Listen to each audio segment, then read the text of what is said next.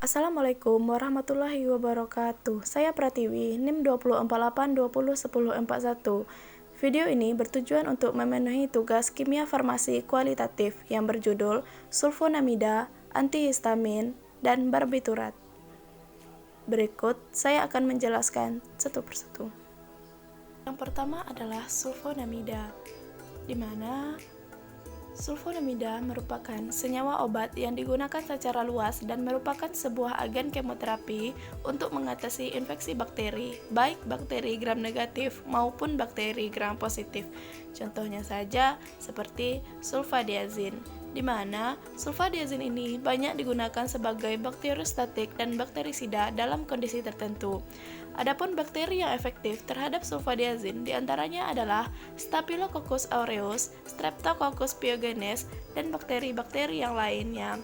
Adapun rumus struktur sulfonamida yang mana dituliskan SO2NH2, yaitu sebuah gugus sulfonat yang berikatan dengan amina. Sifat fisik sulfonamida yaitu zat padat berbentuk kristal, berwarna putih, ada yang tidak berasa dan ada juga yang pahit, tidak berbau dan tidak higroskopis. Adapun kelarutannya umumnya tidak larut dalam air dingin, larut dalam air panas, mudah larut dalam asam, larut dalam aseton dan alkohol, larut dalam alkali hidroksida, tidak larut dalam eter. Contoh obat golongan sulfonamida yaitu terdiri dari mafenate, sulfacetamide, sulfadiazin, sulfadoxin, sulfametizol, dan yang lainnya.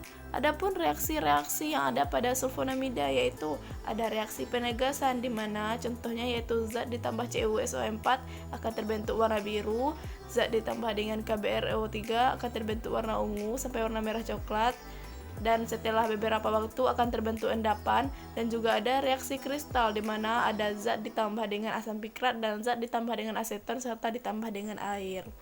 Adapun mekanisme kerja sulfonamida yaitu kuman membutuhkan PABA untuk membentuk asam folat. Asam folat digunakan untuk sintesis purin dan DNA atau RNA. Sulfonamida menyaingi PABA dengan menghambat enzim dihydrogenase sintesa sehingga menghambat pembentukan asam folat. Sulfonamida menyebabkan bakteri keliru menggunakannya sehingga pembentukan asam folat. Sintesis asam folat, purin, dan DNA agar gagal sehingga pertumbuhan bakteri terhambat. Obat yang menghambat kerja sulfonamida adalah prokain, benzokain, dan para aminosalisilat serta yang lainnya. Selanjutnya yaitu antihistamin, di mana antihistamin adalah zat-zat yang dapat mengurangi atau menghalangi efek histamin terhadap tubuh dengan jalan memblok reseptor histamin. Reseptor histamin terdiri dari 3, yaitu reseptor histamin H1, reseptor histamin H2, dan reseptor histamin H3, di mana reseptor histamin H1 ditemukan di otot polos, endotelium, dan jaringan sistem saraf pusat. Reseptor histamin H2 ditemukan di sel parietal untuk mengatur sekresi asam lambung. Reseptor histamin H3 ditemukan di sistem saraf pusat untuk mengatur pelepasan neurotransmitter lain. Adapun struktur kimia reseptor histamin H1 yaitu ada pada gambar, dan reseptor histamin H2. Untuk reseptor histamin H1 blockers antihistamin klasik contohnya seperti promethazine, oxymemazine, difenhidramin, chlorpheniramine maleat. Untuk reseptor histamin H2 blocker penghambat asma contohnya seperti cimetidine, ranitidine, famotidine, nizatidine, roxatidine. Adapun sifat antihistamin yaitu umumnya histamin seperti alkaloid, mempunyai pH 8-11, tidak larut dalam air, larut dalam asam encer dan alkalis. Adapun antihistamin generasi pertama yaitu tidak spesifik terhadap reseptor H1. Kelompoknya terdiri dari etilendiamin, alkylamin, piperazin, trisiklik, siklisin, di mana struktur umumnya terdiri dari 2 cincin aromatik dihubungkan oleh karbon, nitrogen atau CO sentral, umum panjangnya 2-3 atom karbon.